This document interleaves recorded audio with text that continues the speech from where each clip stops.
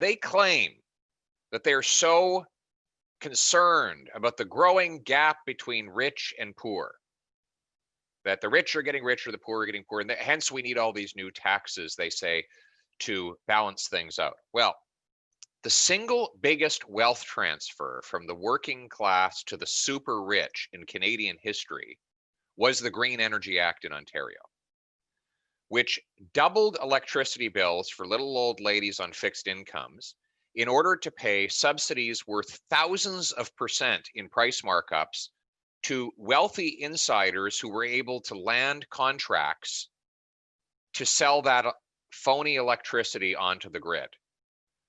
Insiders on Bay Street and elsewhere went to the government, got these contracts to receive 90 cents a kilowatt hour for something worth 4 or 5 cents a kilowatt hour. In other words, a 20-fold price markup. Overwhelmingly, the recipients of these subsidies are affluent in the least and very wealthy at the best.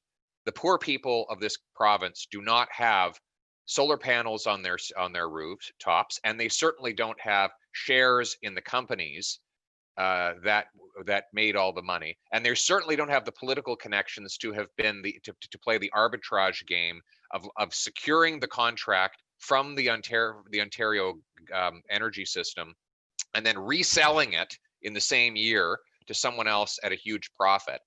All of those people who got rich quick off this are the privileged elite, and all of the people who paid the bill are the working poor. In fact, the Ontario, this is not just some theory of mine, this is the Ontario Association of Food Banks created a new term, energy poverty, and published a report with a light bulb on the front and told the story of people literally coming into the food bank with their power bills and saying, I can't eat because my power bill has gotten so expensive, and therefore I need you to feed me.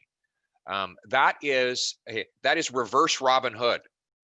That is the Sheriff of Nottingham pillaging the working poor to profit the aristocratic elite inside the castle walls.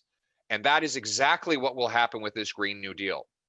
There will be a huge ecosystem of parasitical, well-lobbied for elites who will feast off of all of these subsidies and regulatory transfers and other benefits at the expense of the working poor, who have no lobbyists, no accountants, no consultants, no lawyers who can go to bat for them.